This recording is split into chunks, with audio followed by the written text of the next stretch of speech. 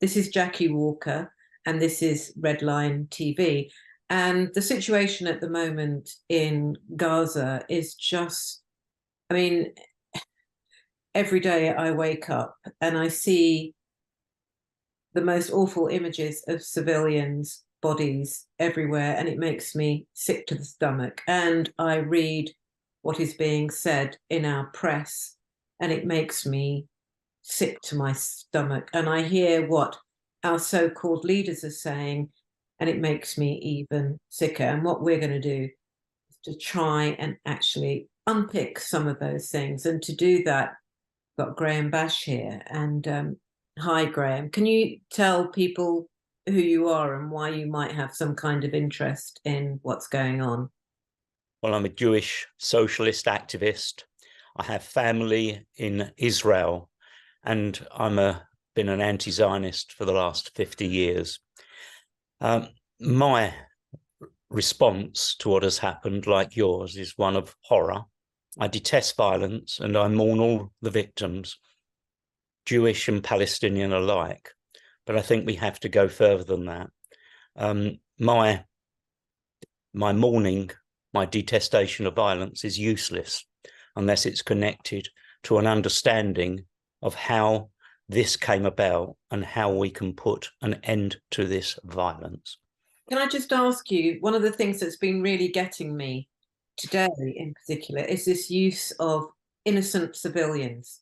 Everywhere I look at, I see journalists, I see the people who are supposed to be leaders talking about innocent civilians. For example, Sadiq Khan was today putting up the Israeli flag, and the government has put out an order that all government buildings should, quote, put up an Israeli flag and the colours and illuminate the buildings with colours that reflect the innocent victims.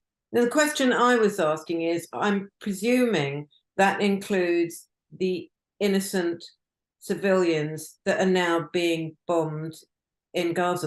Of course, there was no answer on that. What do you think about that?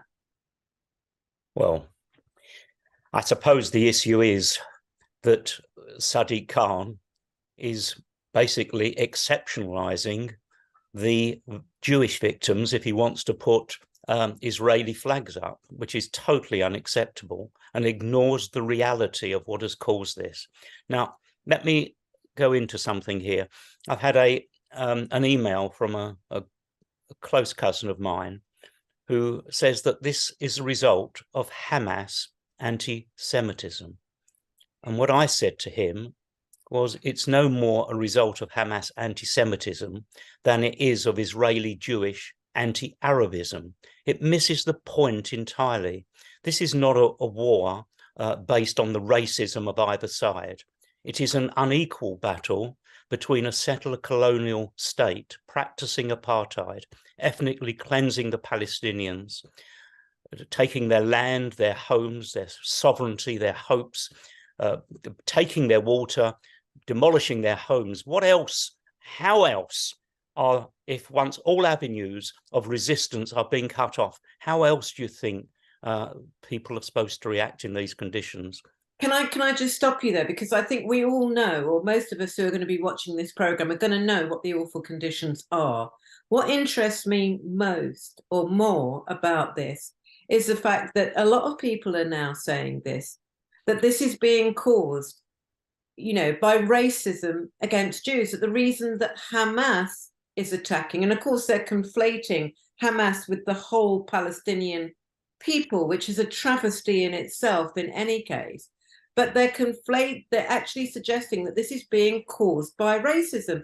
Now, anybody with any sense would understand, and I know this as a Black person myself, that actually it's a political situation which causes the racism on both sides. Every single time I see this, it's like a red flag to me, because what I know is when I've talked to most Israelis, the level of anti-Arab racism is awful. It's terrible. So let's just discard of this thing that this is being caused by anti-Semitism. And I'd also like to say that actually, even by suggesting it, is yet again misusing and abusing the very precious concept of anti-Semitism in terms of it being such a dangerous thing. Otherwise, it just becomes, whenever people hurt us, we're going to call them anti-Semites. This is not the result of anti-Semitism. This is the result of decades-long brutalization and occupation by a people. Hamas. What can we say about Hamas, Graham? Well, Hamas is no doubt a reactionary Islamist force at the head of the regime in Gaza. But who are we to judge who the Palestinians should have to represent them? The fact is that they were democratically elected by the people of Gaza. I mean, I totally agree with what you say, by the way, about this seeing everything through the lens of anti-Semitism. My good relative thought that he could draw a parallel between Hamas and Nazi Germany, which is totally to fail to understand the distinction between the violence of the oppressed and the oppressor. So I mourn all deaths, but to fail to understand that this is the inevitable consequence of colonization. Let's call it for what it is. It is colonization. And when people are colonized, when they're brutalized and act like animals and are treated like animals, how do you think they're going to respond? Now, I think we've got to look forward to a solution. And there are only actually two ways to avoid this, a repetition of this. One is to find a political solution, and the two-state solution, if ever it had any validity, and I don't think it did, but it's been destroyed anyway by the Zionists with the settlements. There is no prospect of that. There is now one state throughout historic Palestine. And the question is it going to be a state based on Jewish exceptionalism and the exclusion of the Palestinians, or is it going to be a state of its citizens? And only the latter can be an answer. The only other answer, by the way, would be the further and final ethnic cleansing of the Palestinians from Palestine. But people have been calling for that. We've had, I mean, the shocking thing about this is that we've had journalists, we've had even people, in the public eye, basically suggesting that that's what should happen. We've had prominent Israelis saying that there is no condemnation of that in our media and in our political leaders. And what I find interesting when I read Haaretz today, Haaretz, of course, being very old Israeli newspaper, they were putting the blame for this firmly on Netanyahu. Now, that would be something that in England could not be published. Nobody could say that. And the other question is, how are we ever going to have a grown-up conversation about this if we're not allowed to discuss this with the complexity that this situation demands? Now, the situation in terms of Israel in some ways isn't complex. It's a colonial situation. But when something like this happens, to completely think that the answer is racism or savagery or anything else, that is just ridiculous. And I think we all need to insist. And I just want to say one more thing here. I saw a film today that absolutely disgusted me. It was Jeremy Corbyn being hounded by a Channel 4 journalist who insisted on asking this same question and again, do you condemn civilian deaths? And when Jeremy kept on saying, I condemn all civilian deaths, he was following him with the microphone, doing that nasty thing they do. I mean, that's disgusting. That is disgusting. Channel 4, hang your head in shame. That is not journalism, that is propaganda. Well, this reminds me of the way Ken Livingstone used to deal with it as leader of the GLC.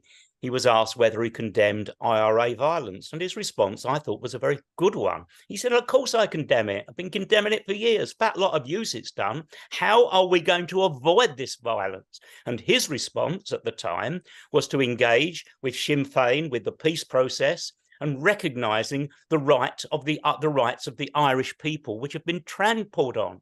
And this is quite a similar situation. And what you say about Haaretz is interesting. I mean, actually, I didn't quite agree with what Haaretz had written myself, because the problem we face predates Netanyahu by 100 years. Sure. But nonetheless, it's a shining beacon, both in Israel and would be in this country as well. So I think that what you say is correct, and that we have to fight against this dominant narrative at the same time as, of course, we are political and we're human, and the two are not in conflict. We feel when we see those people murdered at that music festival, do we have feelings for them? Of course I do. Of course we do.